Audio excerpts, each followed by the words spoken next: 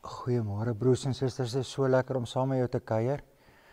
Ons kan voel die winter is nou hier, né? Dit is 'n heerlike wintersdag en ons glo en ons vertrou dat u ook vandag warm sal word.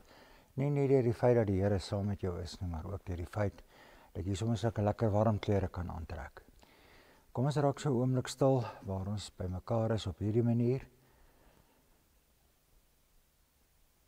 Ek wil hê jy moet dink aan die kruis, aan die oop graf en aan die verskyning van Jesus aan mense, ook aan jou. Ek slaan my oë op na die berge, waar sal my hulp vandaan kom? My hulp kom van die Here wat hemel en aarde gemaak het, wat nooit laat vaar die werk van sy hande nie. Amen.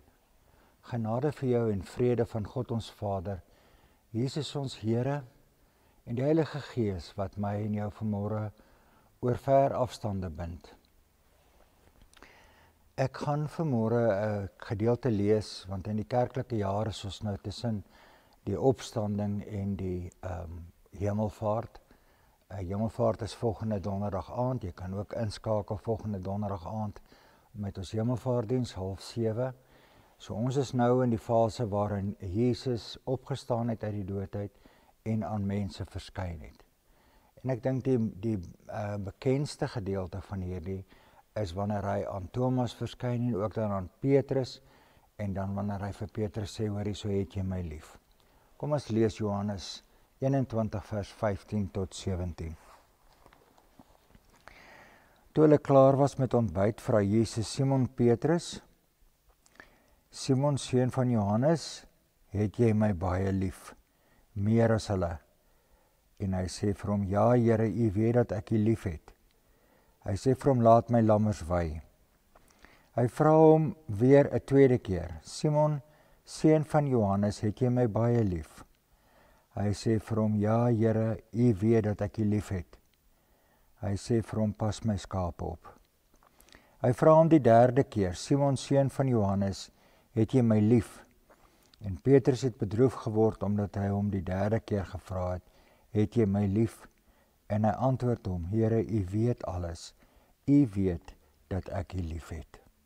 Jesus sê vir hom: laat my skape wei. Ek wil die 3 vrae wat hy aan Petrus vra, eintlik gebruik as die sleutel om hierdie gedeelte oop te sluit. Hy vra vir hom 3 vrae en ek sou dit nou so wou verwoord om te sê: Petrus, sien jy die lig wat inskyn deur die krake van jou lewe?